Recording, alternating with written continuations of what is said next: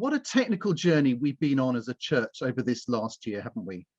Who would have imagined we would all have become experts in using the Zoom machine, not only in muting and unmuting microphones, but also using breakout rooms, chat box, Mentimeter, and so much more. I followed the advice Claire suggested last week to press the pause button and give ourselves a moment to reflect on some of the experiences we have encountered as a church over this last year. And this will be much more of a reflection than a full-blown sermon. I'm also very aware that a sizable part of our congregation is missing from Zoom. So I do look forward to returning to church to ask them too about their experiences of this last year. It was almost exactly a year ago, on March the 29th to be precise, when I last preached. It was one of our first Zoom services, and the sermon, based on Psalm 130, was given the title, "How long shall we sing this song?" How long shall we sing this song? I'd like to take two of the themes from that sermon as we look back at our shared experience and look forwards to the imminent return to our church building. And the two themes are waiting and hope. I wonder if you're the kind of person like me who loves to plan ahead and make lists and lists of lists. I look back at our calendar in January 2020 and all the events we had for that month. There's a Scamping Rogues gig, a baby shower, a dental appointment, guys drinks, book club, our son Johnny going back to Czech Republic, and this obscure one here that says Lorna sausage casserole at 5 p.m. And then comparing it to this year's calendar, where we had two appointments and both of which were cancelled. This is one of the areas I found most difficult and painful during this year, the inability to plan ahead, of not knowing when I can see my parents and my children again, of when we can meet for a cuppa or a pint in someone's garden. As Richard reminded us in his sermon last month, waiting is a frequent theme in the Bible. He recounted the story of Abraham and Sarah and the promise of God that he would bless them with a child. And even though they were of great age, they had to wait over 20 years for this promise to be fulfilled. Our Old Testament reading today from Jeremiah is full of hope of a new covenant and a new way of life to come. But God's people were to wait hundreds of years for its fulfillment in Jesus. I've often fallen into the trap of considering waiting as being passive, a bit like waiting for a bus into town, that waiting is an act of killing or wasting time between worthwhile activities. It can certainly be very painful and difficult, but it can also lead to a time of growth, of deeper understanding of ourselves, each other, and of God. And during this last year, the church family has helped me keep going when I have struggled and given a taste of that community that I've missed so much. And I'd like to thank you all, particularly for three areas that I've valued immensely during this time, where I feel that we have all grown more in our own understanding of God and each other. The first is our shared creativity. We are so blessed in our church to have people who have offered their creative gifts during this year. Thinking back over the year, we've celebrated so much of our God-given spark of creativity. You may remember the Christian Aid and Christmas cabarets with puppetry, poetry, and music. But there have been so many other ways we've shared too, through gardening, cooking, acting, film criticism, Peter's Emmaus blog, and of course, the numerous photos and videos we've shared on Facebook. How can we encourage this spark of creativity to flourish in our church and community when we return to our church building? The second area is our church's support and fellowship. I don't know about you, but I've been constantly surprised by the kindness of strangers during this year, from the warm greeting on walks, letters and messages sent to us asking if we needed support, clapping for the NHS together, and so much more. And in church too, this kindness and support has been evident in so many ways. In buying food for those who can't go to the local shops, going for socially distanced walks together, spending time online listening and caring for others, taking round printed out sermons and notices to those who would otherwise miss out, spending hours cleaning and preparing the church, weeding the courtyard garden, or getting on your bike to deliver ashes for the Ash Wednesday service. I've also valued the breakout rooms in our services.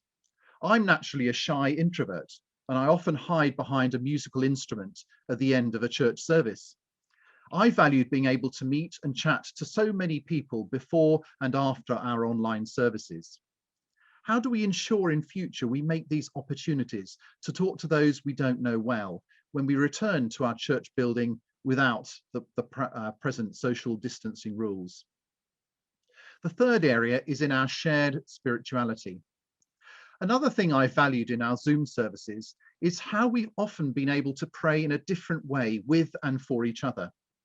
I found the chat prayers to be deeply moving and helpful to read and pray during our services and to use them during the week to continue praying for our church. How can we continue this richness of prayer once we return to the church building? But there have been other ways that I feel we've grown spiritually as a church. I value the sermons that have been shared with us and the way our preachers have worked so hard to engage people through this Zoom machine. We've also adapted to running children's groups, home groups, morning prayer, and even sharing meals together online, as we may well do so again on Maundy Thursday. I wonder what's been meaningful to you over this last year in our online church worship, and what would you like to see continue as we move back to our church building? This time of waiting as a church certainly hasn't been one of standing still and killing time. Amongst all the challenges, pain, and problems we've encountered this year, there is so much to be thankful for in the creativity we've shared, the support given and received, and the growing depth in prayer and in our spirituality. I'd like to just finish with a short look at hope as well. I'm going to share my screen again and to show you a few slides as we look at that second theme, which is a theme on hope, the theme of hope. Great. I'm not sure if you are one of those kind of people who keep up to date on all the different world days and festivals, which nowadays seem to cover everything under the sun. To prove this point, this week on Thursday is the World Day. Do you know which one it is? The World Day of waffle making. And so if you have want to have an opportunity to buy some waffles and to celebrate on Thursday, it's World Waffle Day. More importantly, this weekend is the celebration of one of the oldest festivals in the world, dating back over 3,000 years. This is the festival of Nowruz, the Persian New Year. It celebrates the beginning of spring, of purification and starting again. During this festival, enormous eggs like these are painted and displayed, and homes are spring cleaned in preparation for a fresh start to a new season. Both of our readings today looked forward to a new hope and a new season. In Jeremiah, we heard of the new covenant, the new start between God and his people. It has emerged after years of suffering, injustice, and pain. And in our gospel reading, Jesus hints to his disciples of how through suffering and death, there is new life and hope. Very truly, I tell you, unless a grain of wheat falls into the earth and dies, it remains just a single grain. But if it dies, it bears much fruit. The hope of Easter is just around the corner for all of us. I wonder what has sustained and given you hope during this last year.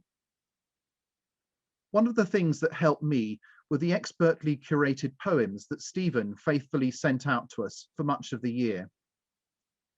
One of my work colleagues, Pretty Alice Jacob, runs a poetry website called Find Rest My Soul. Her passion for writing poetry is particularly meaningful for her as it came much later in life without any formal training. I'd like to finish this reflection by sharing a poem she originally wrote in January for the new year, but perhaps is as relevant now for us as we enter this new season together. Lord, as into this new season I step, my heart is heavy, my feet are cold. I, Lord, tend to worry and to mope, often finding it difficult to hope. And yet, Lord, as I turn and look back over the year I've just left behind, I remember your presence ever near, faithfully through times of joy and tear. Furthermore, this, Lord, for sure I know, you are sovereign Lord, you alone, the grand weaver, you remain in control absolutely, weaving a tapestry of breathtaking beauty. And so, Lord, as into this new season I step, with my questions, fears, and doubts, I choose to trust, and on this truth I stand, that you hold my world in your loving hand. Amen.